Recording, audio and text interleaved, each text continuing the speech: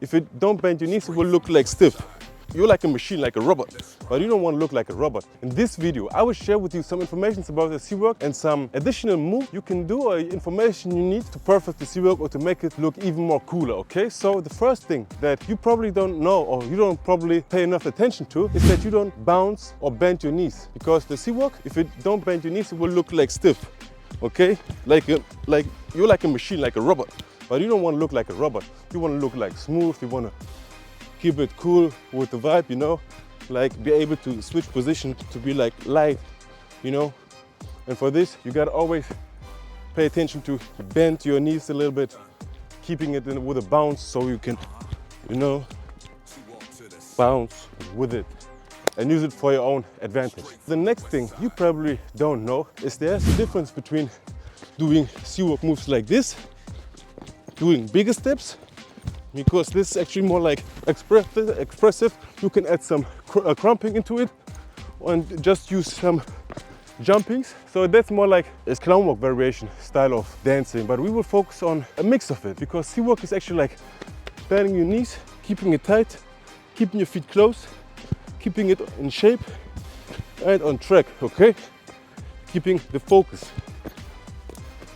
But you can also make it a little bit wider, like what I do is also like make it a little bit bigger to give it a little bit more dynamic range, okay?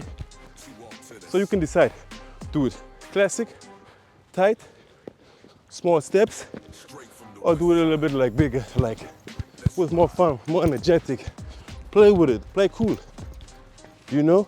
The last thing is that if you ain't in a gang or something like this, because we ain't in a gang, or I am not in a gang, and I hope you ain't too, so you don't throw gang signs, okay? We don't throw gang signs because we are not affiliated to something, to throw around something, to pretend we are something or somebody we ain't. We don't do this. Like when we do the cwalk or the footwork move, we do it respectfully, we do it in a safe environment where nobody can hurt, where nobody can get offended of using maybe the moves. So we don't use any gang signs in addition. We just keep the arm to our chest, to keep them stiff, to move them a little bit with your chest, to give him the bounce.